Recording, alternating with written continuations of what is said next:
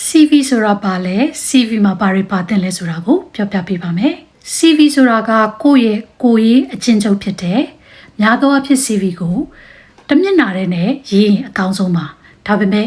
ကိုယ့်ရဲ့အလုပ်တစ်ခုချင်းစီရဲ့အရင်အလုပ်တစ်ခုချင်းစီရဲ့လှုပ်ဆောင်ချက်တွေကိုပြသခြင်းနဲ့ဆိုလို့ရှိရင်အတူချုံအချင်းချုပ်ပြီးတော့မှရေးပါ CV ရဲ့ပထမဆုံးအပိုင်းကကိုယ့်ရဲ့အချက်လက်ကိုယ့်ရဲ့အမည်ဖုန်းနံပါတ် email လိပ်စာ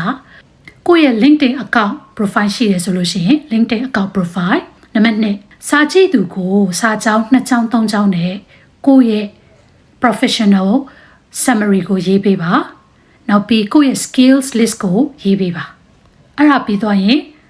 ကိုယ့်ရဲ့ education background အရင်အလုပ် experience တွေကိုရေးပေးပါကိုယ့်ရဲ့အလုပ်တွေ့ကြုံမှာဆိုရင်ကိုအရင်လုပ်ခဲ့တဲ့အလုပ်တွေ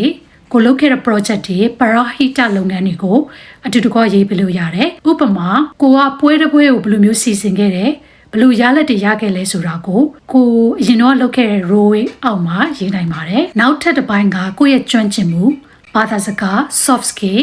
အဲ့ဒီဟာတွေကိုရေးနိုင်တယ်နောက်ထပ်ကိုရရှိတဲ့စုတစိတ်အကြောင်းတွေscholarship တွေကို list လုပ်ပြီးရေးပါအရေးကြီးဆုံးချက်က CV ဆိုတာကသင်ကိုယ်သင်ရောင်းဖို့အတွက်ကိုကြော်ညာတဲ့စာရွက်တစ်ရပ်ဖြစ်ပါတယ် CV ကိုရှင်းရှင်းလင်းလင်းနဲ့ကိုယ့်ရဲ့အကြောင်းကိုဖော်ပြဖို့ရေးရမှာဖြစ်ပါတယ်